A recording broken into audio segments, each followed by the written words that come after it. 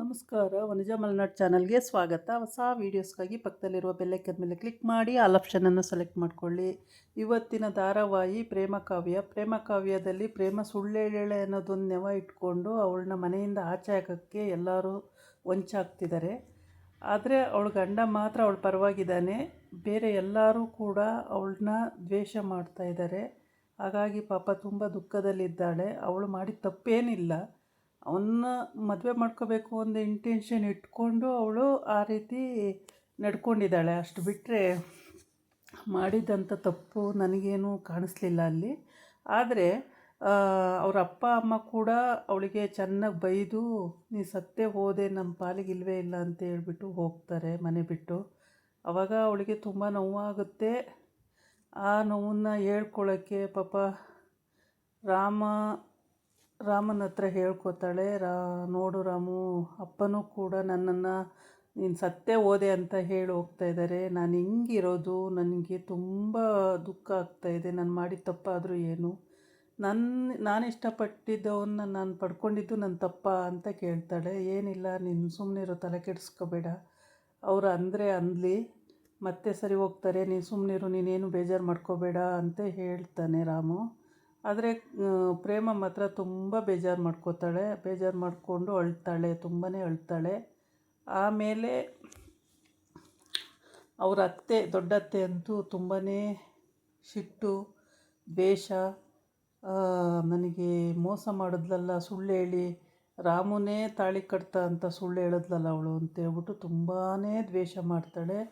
ಇವಳು ಕಾವ್ಯ ಕೂಡ ಏನೂ ಮಾತಾಡೋ ಸ್ಥಿತಿಲಿರಲ್ಲ ಪಾಪ. ಅವಳು ತುಂಬಾ ಯೋಚನೆಯಲ್ಲಿರ್ತಾಳೆ. ಅಕ್ಕನ ಕಡೆ ಹೇಳೋಂಗೂ ಇಲ್ಲ ಸುಮ್ಮನೆ ಇರೋಂಗೂ ಇಲ್ಲ. ಆ ರೀತಿ ಪರಿಸ್ಥಿತಿಲಿ ಕಾವ್ಯ ಇರ್ತಾಳೆ. ಕಾವ್ಯ ಏನೂ ಮಾಡೋಕ್ಕಾಗಲ್ಲ, ಯಾರ ಪರವಾಗೂ ಮಾತಾಡೋಕ್ಕಾಗಲ್ಲ ಅವಳು. ಆದರೆ ಪ್ರೇಮ ಅಂತೂ ತುಂಬ ದುಃಖದಲ್ಲಿರ್ತಾಳೆ. ಏನು ಮಾಡಬೇಕು ಅಂತ ಗೊತ್ತಿರಲ್ಲ. ಆದರೆ ಅವರ ಮನೆಯಲ್ಲಿ ಅವರು ಒಬ್ಬರಾದರೂ ಜೊತೆಗಿರ್ತಾರಲ್ಲ, ಹಾಗಾಗಿ ಅವರು ಅಮ್ಮ ಬಂದ್ಯಾ, ನೀನು ಎಲ್ಲಿ ಹೋಗ್ಬಿಡ್ತೀಯೋ ಅಂದ್ಕೊಂಡಿದ್ದೆ, ಬಂದುಬಿಟ್ಟಿಯಲ್ಲ ಅಂಥೇಳಿ ಒಳಗೆ ಕರ್ಕೊಂಡು ಹೋಗ್ತಾ ಇರ್ತಾರೆ. ಅವ್ರ ಅತ್ತೆ ಅಂತೂ ತುಂಬ, ದೊಡ್ಡತ್ತೆ ತುಂಬಾ ಸಿಟ್ಟಿದೆ. ಇವಳು ಯಾವ ಮುಖ ಬಿಟ್ಕೊಂಡು ನಮ್ಮ ಮನೆಗೆ ಬರ್ತಾಯಿದ್ದಾಳೆ, ನೀನು ಏನಕ್ಕೆ ಇವಳನ್ನ ಕರ್ಕೊಂಡು ಬರ್ತಾಯಿದ್ದೀಯಾ, ಇವಳನ್ನ ತಗೊಂಡೋಗಿ ಆಚೆಗೆ ನೂಕು ಅಂತ ಹೇಳ್ತಾಳೆ. ಅವಳು ಬಿಡಿ ಹೋಗಲಿ, ಅವಳು ಮಾಡಿದ ತಪ್ಪಾದರೂ ಇನ್ನೆಷ್ಟು ಮಹಾ ಅಂತ ಅಂದ್ರೂ ಕೇಳಲ್ಲ. ನನ್ನ ಮನೇಲೇ ಇದ್ಕೊಂಡು ನನಗೇ ಸುಳ್ಳು ಹೇಳಿದವಳು ಇವಳು ಅಂತೇಳ್ಬಿಟ್ಟು ಎಳ್ಕೊಂಡೋಗಿ ಆಚೆಗೆ ದಬ್ಬಕ್ಕೆ ಹೋಗ್ತಾಳೆ. ಅದು ಸಿಟ್ಟು ತಡೆಯೋಕ್ಕಾಗಲ್ಲ ಪಾಪ ಅವಳಿಗೆ, ಭಾಳ ಬೇಜಾರಾಗುತ್ತೆ. ಆಮೇಲೆ ಅವಳು ಮಾಡಿದ್ದು ಕೂಡ ಆ ಟೈಮಲ್ಲಿ ತಪ್ಪೇ. ತುಂಬಾ ಸುಳ್ಳು ಹೇಳಿ ಅವಳೇ ತಾಳಿ ಕಟ್ಕೊಂಡು ಡಿಕ್ಕಿಲೆಲ್ಲ ಕೂತ್ಕೊಂಡು ಅವಳೇ ತಾಳಿ ಕಟ್ಕೊಂಡು ಅವಳು ರಾಮು ನನ್ನ ಮದುವೆ ಆದ ಅಂತ ಹೇಳಿದ್ದು ಸುಳ್ಳು. ಅವೆಲ್ಲ ಮಾಡಬಾರ್ದಾಗಿತ್ತು, ಮಾಡಿದ್ದು ತಪ್ಪೇ. ಅಂದರೆ ಅವನು ಪ್ರೀತಿಸಿದ್ದಕ್ಕೆ ಇವ್ರು ಮದುವೆ ಮಾಡ್ಕೊಳ್ಳಲ್ಲ, ಇವಳು ವಿದ್ಯಾವಂತೆ ಅಲ್ಲ, ದಡ್ಡಿ ಅಂತ ಹೇಳ್ಬಿಟ್ಟು ಇವಳನ್ನ ಮಾಡ್ಕೊಳ್ಳಲ್ಲ ಅಂತೇಳ್ಬಿಟ್ಟು ಅವಳು ಆ ರೀತಿ ಮಾಡಿರ್ತಾಳೆ. ಎಷ್ಟು ಕನ್ವಿನ್ಸ್ ಮಾಡೋಕ್ಕೆ ಹೋದ್ರೂ ಕೇಳೋದೇ ಇಲ್ಲ. ಆಮೇಲೆ ಏನು ಮಾಡ್ತಾಳೆ ಅಂದರೆ, ಇವಳು ದೊಡ್ಡ ಅತ್ತೆ ಅವಳು ಜುಟ್ಟನ್ನು ಹಿಡ್ಕೊಂಡು ಎಳ್ಕೊಂಡೋಗಿ ಆಚೆಗೆ ಎಸೆಯಕ್ಕೆ ಹೋಗ್ತಾಳೆ. ಆವಾಗ ತುಂಬ ಬೇಜಾರಾಗುತ್ತೆ ಪಾಪ ಅನಿಸುತ್ತೆ. ಇದೆಲ್ಲ ನೋಡಿದಾಗ ನೋಡಿ ಹೇಗೆ ಅವಳನ್ನು ಎಳ್ಕೊಂಡೋಗಿ ಆಚೆ ದಾಟಾಚೆಗೆ ಅಂತೇಳ್ಬಿಟ್ಟು ಬೈಕೊಂಡು ಹೊರಗಡೆಗೆ ಹಾಕಕ್ಕೆ ಹೋಗ್ತಾಳೆ. ಇದನ್ನು ನೋಡಿದವರಿಗೆ ತುಂಬಾ ಬೇಜಾರಾಗುತ್ತೆ. ಯಾರು ಹೇಳಿದ್ರೂ ಇವ್ರು ಕೇಳೋ ಪರಿಸ್ಥಿತಿಲಿ ಇರಲ್ಲ.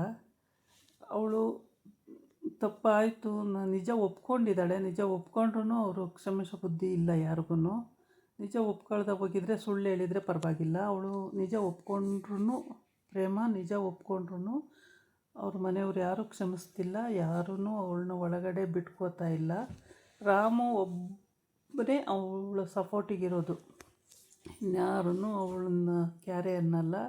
ಭಾಳ ಬೇಜಾರಾಗುತ್ತೆ ಪಾಪ. ಅವರೊಬ್ಬರು ಜೊತೆಗಿದ್ದಾರೆ, ಆದರೆ ಅವ್ರನ್ನ ಕೇರ್ ಮಾಡಲ್ಲ, ಅವರಿಗೆ ಬೈತಾರೆ ಎಲ್ಲರೂ, ಅವಳನ್ನ ಯಾಕೆ ಒಳಗೆ ಕರ್ಕೊಂಡು ಬರ್ತೀಯ ಅಂಥೇಳಿ. ಇದನ್ನೆಲ್ಲ ಕೇಳಿದ ಅವಳಿಗೆ ತುಂಬಾ ಬೇಜಾರಾಗುತ್ತೆ. ಏನು ಮಾಡಬೇಕು ಅಂತ ಗೊತ್ತಿಲ್ಲ. ಆದರೆ ಆಚೆ ನೂಕ್ಬಿಡ್ತಾಳೆ ಅವರ ದೊಡ್ಡತ್ತೆ. ಅವ್ರ ಅತ್ತೆಗಂತೂ ಖುಷಿ, ಅತ್ತೆಗೂ ಖುಷಿ, ನಾದಿನಿಗೂ ಖುಷಿ, ಮತ್ತು ಮೈದನಿಗೂ ಖುಷಿ, ಎಲ್ಲರಿಗೂ ತುಂಬ ಖುಷಿ ಆಗ್ಬಿಡ್ತಾರೆ ಅವರು. ಒಳ್ಳೆಯದಾಯಿತು ಇವಳು ತೊಲಗಿದ್ದು ಅಂತ ಹೇಳ್ಬಿಟ್ಟು ತುಂಬ ಖುಷಿ ಪಡ್ತಿರ್ತಾರೆ. ಇದಾಗಿತ್ತು ಇವತ್ತಿನ ವಿಡಿಯೋ. ನಾಳೆ ಇನ್ನೊಂದು ವಿಡಿಯೋ ಜೊತೆ ಬರೋಡ್ತೀನಿ. ನಮಸ್ಕಾರ. ಬಾಯ್.